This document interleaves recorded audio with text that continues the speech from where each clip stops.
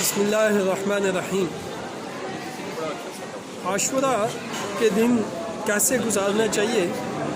تو ایک تو نبی کریم صلی اللہ علیہ وسلم کی سنت ہے کہ یہ روزہ رکھنے کا دن ہے، اور دوسرا یہ ہے کہ جو ہمارے یہاں رسومات ہیں، سبیلے ہیں، صدقات ہیں، ماتم ہے، زنجیر زنی ہے، ذوالجناح گھوڑے کی خاص جو حرکتیں ہوتی ہیں وہ ہیں، اور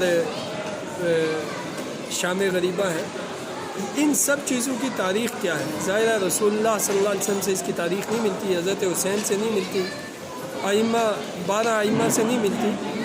تو اس کی تاریخ تلاش کریں گے تو آپ کو 4 صدی ہجری کا ایک بادشاہ عز الدولہ جو بغداد پر قابض ہو گیا تھا، یہ ساری چیزیں اس نے اپنی حکومتی سرپرستی میں ایجاد کی تھی اور لاگو کی تھی۔ اس کے اوپر کوئی بھی بات